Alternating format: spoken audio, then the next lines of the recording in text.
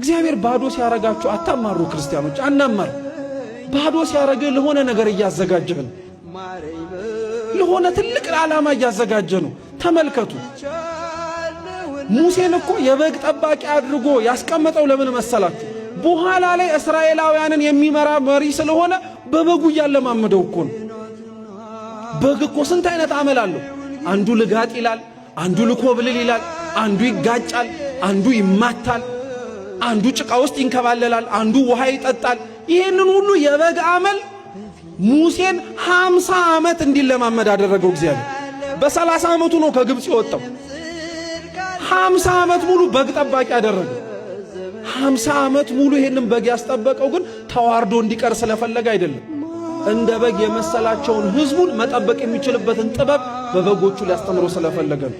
ታዲያ ዝቅ ማለት ሁሌ ውርደት ይመስላችኋል? ባዶ ሆኖ መገኘት ሁሌ ማጣት ይመስላችኋል? ክርስቲያኖች በፍጹም አይደለም። እግዚአብሔር ዝቅ ሲያረግ ለተለየ ነገር እያለማመደ ነው። እግዚአብሔር ዝቅ ሲያረግ ከፍ ላለው ዓላማ ከእንዲሁ እያዘጋጀ ነው።